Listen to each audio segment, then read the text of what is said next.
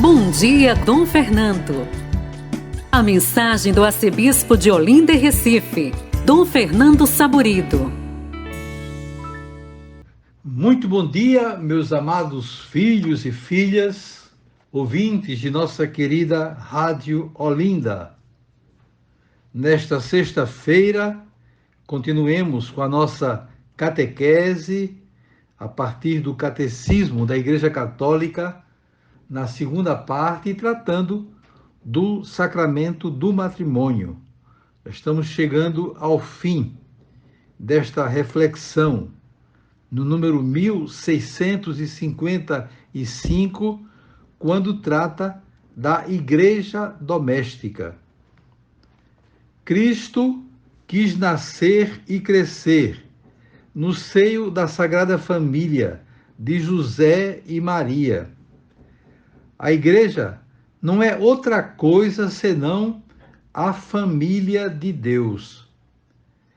Desde suas origens, o núcleo da igreja era em geral constituído por aqueles que, com toda a sua casa, se tornavam cristãos. Quando eles se convertiam, desejavam também que toda a sua casa fosse salva. Essas famílias que se tornavam cristãs eram redutos da vida cristã no mundo incrédulo. Nós temos várias passagens nos Atos dos Apóstolos que lembram exatamente esse aspecto da conversão da família. Todos se convertiam, recebiam o sacramento do batismo, se tornavam cristãos, participantes da vida da igreja. E como cristãos, procuravam primar, pela vida de oração, pela caridade, pela partilha, vivendo intensamente a graça do chamamento de Deus para serem testemunhas de Jesus Cristo, procurando viver plenamente a graça da fé. E o texto continua: em nossos dias, no mundo que se tornou estranho e até hostil, a fé, as famílias cristãs, são de importância primordial, como lares de fé viva e irradiante.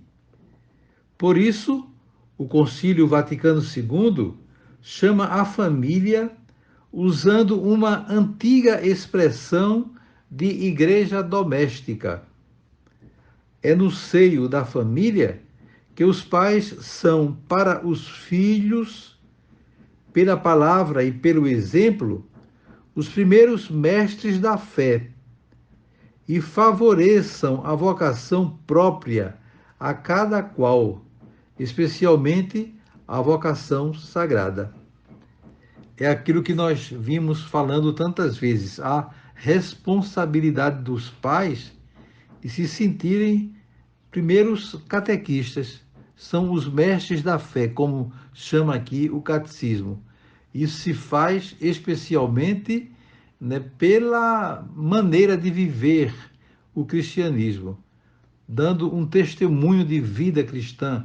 E os filhos, então, claro que vão seguindo o bom exemplo dos pais e se tornando cada vez mais cristãos, que conhecem a fé, que vivem plenamente a graça batismal, que participam ativamente da vida da igreja.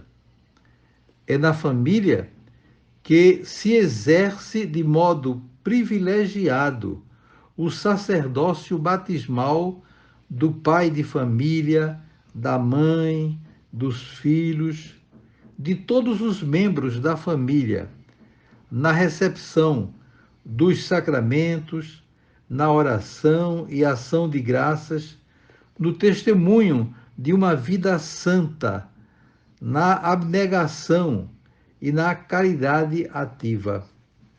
O lar é, assim, a primeira escola de vida cristã. e uma escola de enriquecimento humano. É aí que se aprende a fadiga e a alegria do trabalho, o amor fraterno, o perdão generoso e mesmo reiterado e, sobretudo, o culto divino pela oração e oferenda de sua vida.